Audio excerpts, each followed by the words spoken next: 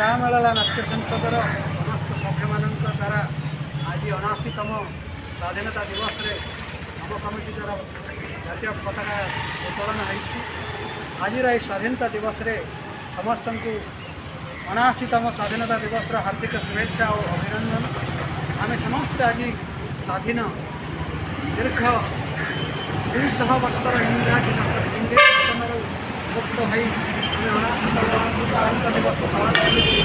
ଏହି ସ୍ୱାଧୀନତା ଯେମିତିକି ସବୁଦିନ ପାଇଁ ବଜାଇ ରହିବ, ନିଜର ସ୍ୱାଧୀନତା ଯେପରି ସବୁଦିନ ପାଇଁ ଅକ୍ଷୁଣ୍ଣ ରହିବ, ନିଜର ସ୍ୱାଧୀନ ଚେତା ମନୋବୋଧ ନେଇ ସମସ୍ତେ ଯେମିତି ଜାଗ୍ରତ ହେବା, ନିଜର ଅସ୍ୱାଧୀନତାକୁ କେମିତି ଅନ୍ୟ ଦ୍ୱାରା ଅନୁଣ୍ଠିତ ହେବାକୁ ଦେବା ନାହିଁ, ନିଜର ସ୍ୱାଧୀନତାକୁ ସବୁଦିନ ପାଇଁ ଏମିତି ଅକ୍ଷୁଣ୍ଣ ରଖିବା ଆଜିର ଦିନର ଏକାନ୍ତ କାମ।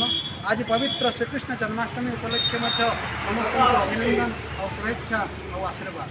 भारत माता की जय, भारत माता की जय, भारत माता की जय, जय हिंद। ଜୟ